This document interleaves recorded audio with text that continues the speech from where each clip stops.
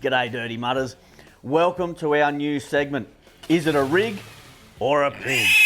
This is where we go and get our hands on a dual cab ute or an SUV and even stoop down low and maybe get our hands on some EVs and take them for a drive.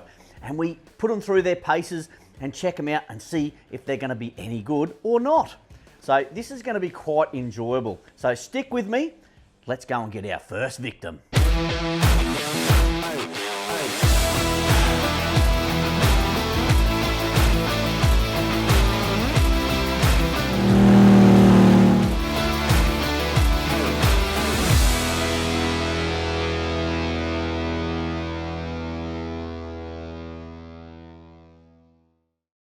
Mitsubishi Triton. Let's have a look around this bad boy.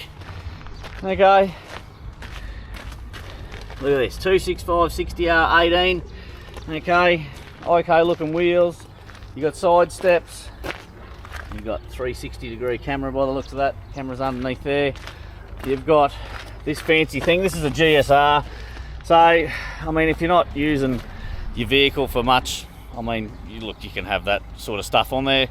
It's not really a work ute type spec, but for the family car, I don't know if it's got a top on there. It doesn't. It should have like a hard top. Anyway, I don't know. Is there any power back here? Any power? No, there's no power in the back of the tray.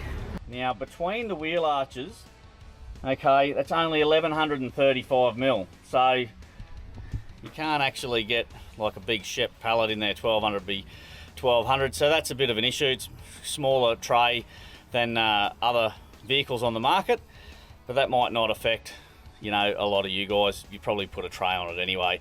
And like we say, this one's more of a shopping cart style one, or hook onto your caravan and tow it around the country.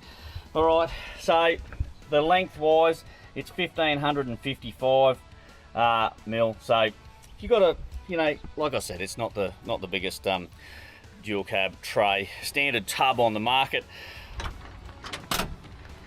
Camera there. GSR.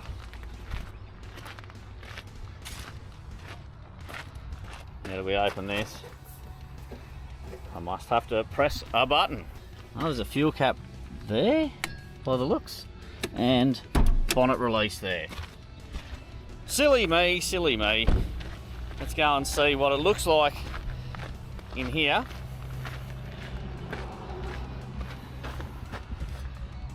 Oh, AdBlue. Wow. Didn't think that this would have AdBlue. Anyway, there you go. It does. We've got to get to the specs yet, don't we? Now, it says it's bi-turbo. Alright, there must be like twin scrolls or something. Please correct me if I'm wrong, but it says bi-turbo in the specs. That is a big turbo unit. Yeah, anyway, it's a, still is it the 4M40 engine? 4M40s were a long time ago. They were little 2.5 litres, and yeah, I'll have to get the specs out. Let's talk wading depth. Now, the wading depth for this, it varies online. So it says somewhere between 500 mil and 700 mil. So 0.5 of a metre to 0.7 of a metre. Now, that's not huge. If it's 700, it's pretty good, but 500, oh, you wouldn't want to be going through any puddles that you're not sure of at 500 mil. But like with a lift kit, you're going to get an extra 50 mil on top of that. So that's only going to give you 550, isn't it? Then you're going to put maybe 50 mil in your tyres. So you're going to get up to 600 mil wading depth. So 500 is your shortest. This is what you're going to get now with those extra little things, 600. Rightio, we've got the interior here. Now, these seats are pretty nice. Be that fake leather stuff. That's okay. First look, the steering wheel, it's ergonomically friendly, looks pretty nice. You've got a big infotainment screen. you've got the standard gear stick there. You've got your on-the-fly four-wheel drive stuff, pretty stock standard type stuff these days in these utes. You've actually got a normal handbrake. Some of them have gone electric, so that's not a bad thing. You've got aircon up in the roof. Look at that. What are these things? They must just divert the air. We'll come around and have a bit of a look at that. You've got switch panel up the top there, lights, your sunglass holder, right, your standard rear vision mirror inside. That's pretty standard there. Come back in the back. This one's got USBs, charge socket.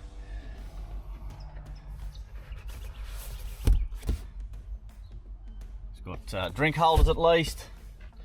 You've got the normal seats in the back there. What do we do here? Look at that. Oh, I don't know where. Yeah. Oh, yep. Got to pull that one as well. Pretty. Wonder what's happened here. Do I have to pull that out? Yep. Look at that. So there's something behind the seat. Jack. All right. You've got that big monstrosity of a silver thing to take your spare wheel down. Got your wheel brace. It's pretty standard type stuff in the back there. Not a huge amount of room. What's it like inside? All right, so I've got plenty of leg room there. The actual back seat's quite comfortable. Feels good. I'll move over to the center seat. Yeah, I wouldn't like to be sitting in that for a long period of time, but I don't think any center seat in the back of a dual cab ute's going to be much chop. So yeah, it's all right for kids and whatever else. And if it's a big work ute and you've got to take 5 big blokes around, or 5 big women around, it's going to be a bit of a squeeze. But that's pretty standard, like I said. And this view from here, it's actually quite nice inside. I gather the base models are a similar layout. I don't think you'd get the big screen, but once we catch up with Pete from Toowoomba Automotive down there, he can give me a bit more of a rundown, and I've got some brochures there anyway we can look at. But this is this thing here. I really don't know what that is. I really don't know what that is. I gather it's some sort of aircon, because you've got a vent here on the other side. There's your center light and your different other things there. What's this? On off, but oh yeah, here's your fan controls. It's pretty damn good. Yeah. So sitting in the back of it, comfy enough. Let's see what the tech's going to be like. So I'll shut all these doors and we'll get into it. All right, let's give her a kick in the guts. The good old diesel knock. Anyway, it's got a decent screen in it. It's pretty basic tech. You come over here. Now over down here is the auto on off. What a pain in the ass that is. I'll start the car up again so you can see what the dash looks like when it ramps up. So we'll turn it off. Let's see what it does. I'll open the door because maybe that's what it needs to do. Okay, press the start stop button.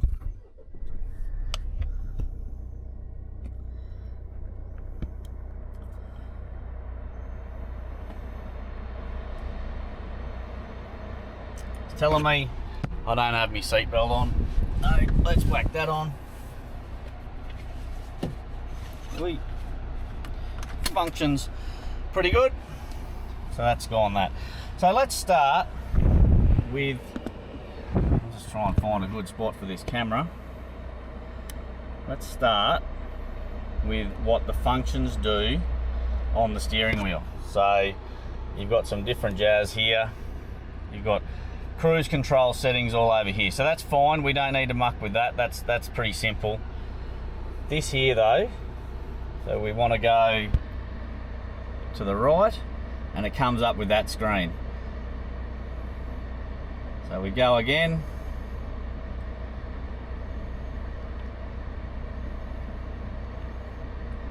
Music. You've got what monitors are around the car. Obviously settings. Back home. So then you use this button here to scroll up and down. There we go. It's a blank screen. It's got 392 Ks left on the tank. And back to that. Alright, so if we go info, scroll down, 7.6 litres. I'm actually doing this after I've taken it for a drive. I've done 217 Ks in it, and yeah, it's got right up to 7.6 litres per 100, but I gave it a real good flogging to get to that. You'll see later on, once I take it for a drive in the video, it is awesome on fuel.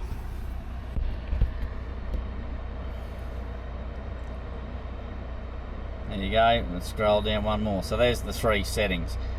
Alright, so we'll go across over here. Total save fuel. I don't know what that is.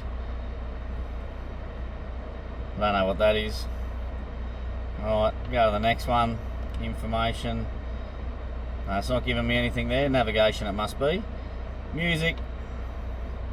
And we scroll down on that one. Traffic signs. And then settings. Alright, nothing too exciting in there. It's pretty standard. So you've got a nice big screen here. Obviously, stereo on, off. Alright, everything over here, phone, audio, menu.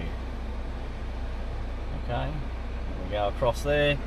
AM, FM, DAB, like everything's pretty standard, to be honest. It's nice and easy to get to. It's not too techy for me, so I don't like cars with way too much tech because it's just getting too difficult to drive. The climate control settings are easy to use. Have a look at that. Nice easy on off button. Big buttons here for temperature control up and down. Alright, AC button, you can sync it. You've got your modes. Standard, your fan up and down there. Recirculate and auto. So that's you know, all you need. Drive modes, downhill assist, you've got your easy access 4 drive control, flick it up, 4H for high lock, and then you've got to push it down and push it across to 4 low. That's simple. 2 cup holders, nice armrest, it's the right height. Down here we've got our mirror adjustment, you know, fold them in, look at that. In it goes, out it goes. Window lock, windows up and down, pretty straightforward. I like the stitching. The front seats, they are comfy. It's really good. Righto folks, let's check out the reverse camera and see how good it is and see how good the 360 camera is. Alright, that's reverse. That's actually not too bad, is it? You can see the tow ball.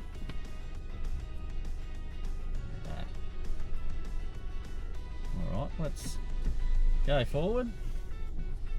Let's reverse onto the Rembrandt caravan. You can see the truck there behind us.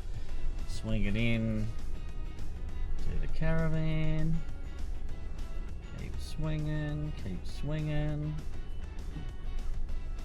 Look at that.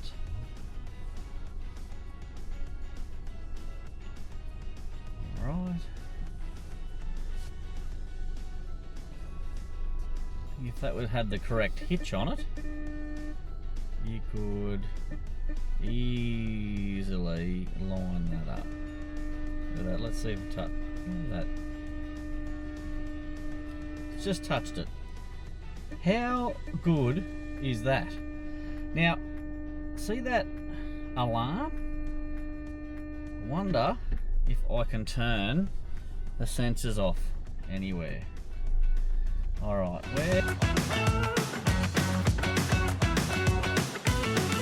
so you can't turn off your parking sensors by the looks, which I do understand why they would have done that, but at least in all the other vehicles that you get, you can go, righto, I'm going through some long grass, I can just turn that off. Correct me if I'm wrong, I'm probably missing something, but yeah, I can't work it out. Righto, let's talk drivetrain. Now these are a 2.4 litre bi-turbo diesel, now with AdBlue, okay? They produce 150 kilowatts, well that's what they claim, with 470 Newton meters of torque. Now it's coupled to a 6-speed gearbox. Now in today's terms, it's missing a few gears. Right, so you got the Ford Rangers with the 10-speed, the new Kia out's got 8-speed, you know, my Ineos is 8-speed, all that type of stuff. So the 6-speed is probably going to struggle. It's going to have to utilise the torque of the engine more, and it may struggle in certain circumstances. The 6-speed auto, it shifts quite nicely on the drive, so that's a tick. And look, it didn't really need it unladen, the extra gears. Now the 4x4 easy select down here, very, very simple to operate, and in saying that, your diff lock is right here, easy to grab. Now let's talk towing capacity. Now these are rated to 3.5 ton, okay? It's got a rear axle load of 2,040, which is not too bad. I mean, it's come up from 1,840 kgs on the last model, so that is a decent increase. That means, you know, when you're towing all your loads and you've got it all, you know, at its extreme weight, that axle load limit there is should be able to handle it. Okay, your front axle load's 1,580 kgs, pretty standard in the industry. Okay, it's got a GVM of 3,200, which is quite respectable. Okay, that's Land Cruisers, okay, 79s were at 3,350 before they changed the category to NB1 and went to 3.5 ton, which, for your information, Toyota only did that so they didn't have to muck around with ANCAP safety ratings and give it a 5-star, because as we know, a 79 series should never pass that, where these dual cab utes, like the Triton here, have got all the curtain airbags and all the 5-star bits and bobs that make them extra safe. So the payload for this particular vehicle is around 1,090 kilos. So that is respectable as well. The max downball weight you can put on this car is 350 kgs. Okay, and the GCM, what everyone talks about, is 6250. All right. So once you take away all those sort of numbers, you're going to have to be pretty light with your car when you're towing 3.5 ton, but that is across the board with every single dual cab out there. And that brings us to drivability. It's comfortable, it fits me. I'm not a big bloke, but I'm sure that you could fit right in here. Now, talking about drivability and comfort, it's got a big electric seat, and I'm getting further and further away. It's got the pull-out steering column. You know, that's not uncommon with all of these other particular vehicles. The passenger side, though, does not have an electric seat. It's still manually operated. You know, when you're driving along the road, it's comfortable, like I said, but it's got the typical leaf sprung harshness on the bigger bumps, and some of the smaller braking bumps as well. You can feel it through the car, but that is, like I said, with any other leaf sprung vehicle, you're going to get a bit of feedback like that. The only one on the market that is probably leading the way is the Navara with the coil sprung rear end. They ride next level, and that, you know, but they don't have the stability like a leaf sprung car as well. So you've got to give and you've got to take. Overall, I believe the drivability of this Triton is very good. Righto, let's talk turning circle. It says it can turn around in 12.4 meters. So, got it on lock here. come in here, full lock, full lock, full lock. That actually turns around very, very well in a small area. That's bloody good. Off we toddle.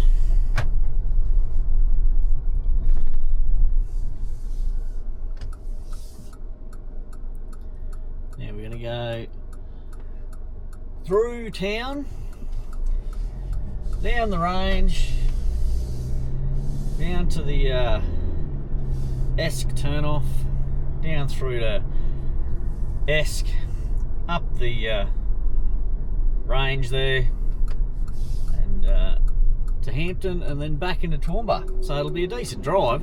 So we'll soon find out what the overall fuel economy does and what you think of it. You can certainly hear the engine, which is pretty standard. I mean, the Kia was quite loud as well. I think the Kia was quieter inside overall, to be honest, just in idling and different things like that. But the top of the range Kia was considerably more expensive as well. So this is 63 grand roughly on the road, drive away, and yeah, 79,000 or whatever for the Kia. That's a lot of fuel that you can put in your vehicle over a fair period of time. So that's what we're comparing. This is going to be a regular segment.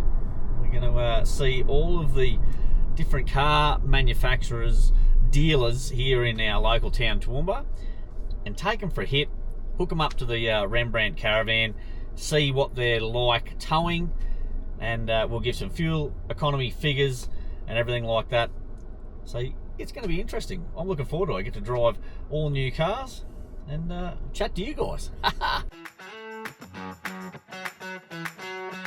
Well, we've been driving for a while now, so the fuel economy is staying consistent at 5.8 litres per 100. Yes, we've had a downhill run. Yes, we've been driving on reasonably flat roads.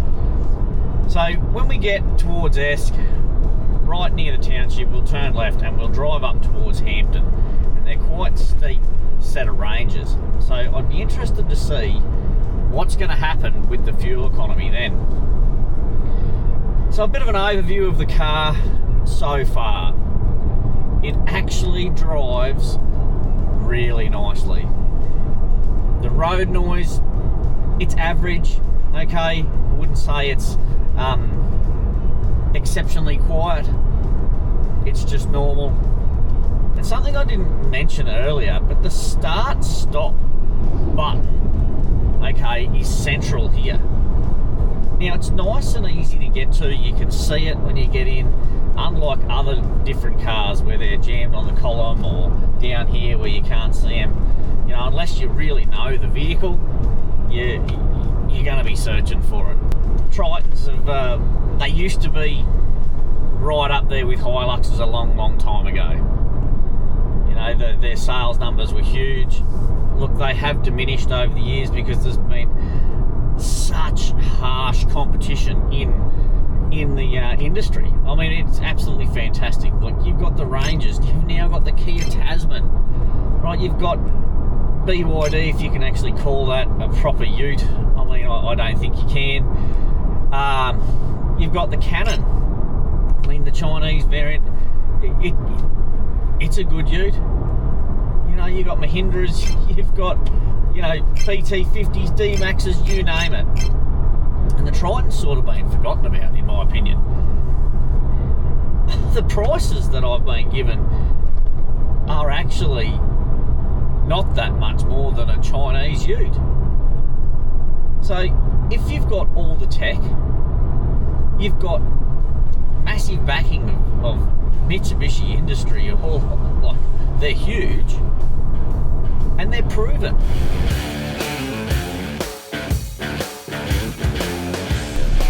Righto, the fuel economy has come up from 5.7 to 6.2 litres per 100 k's. Okay, And we're going to start our climb now. So I'll set the cruise control. I think it's 70 zone now. Alright, got it set on the speed limit. We'll try and keep the speed limit all the way to the top of the ranges, and we'll see what it actually gets to.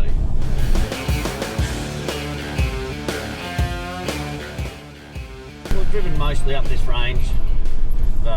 Ended up following this car majority of the way, and the adaptive cruise control works very well.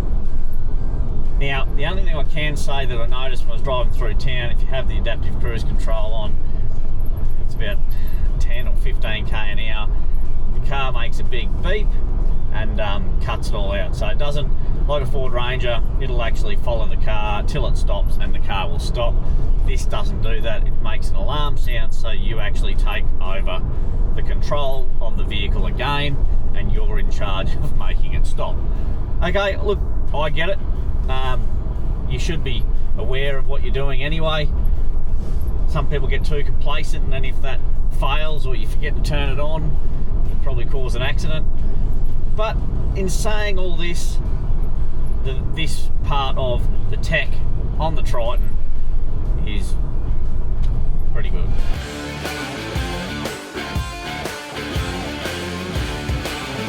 Hello, we're in Hampton. We've got up to the top of that range, and it's got up to 7 litres per 100. And we've had a really crappy run. We've had roadworks, we've had to stop, up and down speed. We haven't been able to maintain one speed at all, which is going to make the fuel economy worse and worse and worse. So 7 litres per 100 at the top of the hill. It's just gone 7.1 now, but we'll flick this back up to 100, and we'll see what actually happens and see how far it comes back down on the way back in to Toowoomba.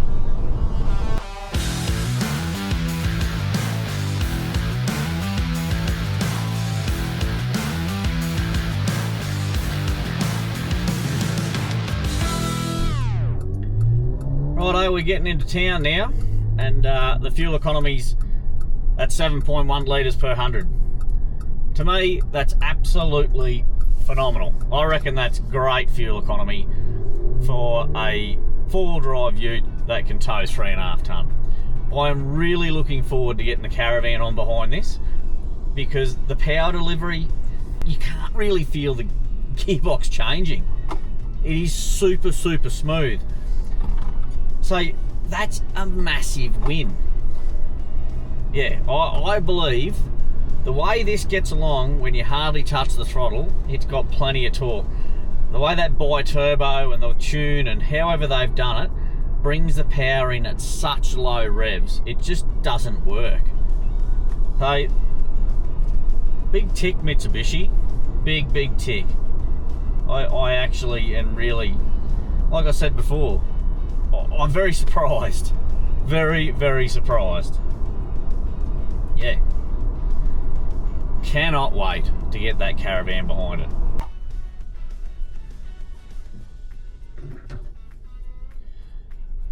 Well, as you can see, we've done 166 kilometres since leaving the workshop here. It has averaged 7.2 litres per 100. How bloody good is that? Well, let's give you the verdict of the old Triton. Well, it's a little bit old technology. I actually like that. That's a plus for me. The tech isn't too bad. Okay, it's not overpowering, I should say. The power, it's got plenty of nuts. It's awesome on fuel. The tray space isn't quite as large as the new Rangers and some other vehicles that are on the market, but hey, that doesn't matter. Put a ute tray on it if you need some more space. I actually think it's a rig. I give you the thumbs up. It's a bloody good ute, and like I said, the number one factor for me is it's brilliant on bloody fuel. and the price. 63 grand drive away for top of the line vehicle. I don't think it'd be a bad purchase, and I don't think you'd regret it. There's plenty of aftermarket stuff to go on them. Suspension, bull bars, canopies, you bloody name it, they make everything for the Mitsubishi Triton. And like I've said before, the axle loading is up to 2,050, and that is massive. That is right up there with the best of them. Righto guys, I hope you enjoyed the first rig or pig segment. They're only going to get better, and I'm going to get more and more information in the episodes. So stay tuned for the next episode, because we are taking the Triton, okay, and hooking it up to the big Rembrandt caravan and taking it round through our dirt road, you know, circuit. We go across dam walls, we go all over the place. It's probably the worst grueling fuel economy test you could possibly do, towing 3.5 tonne. So that is going to be very, very interesting. And will the big Triton be a rig or a pig when it's got 3.5 tonne behind it? You won't know unless you tune into the next episode. Cheers, guys.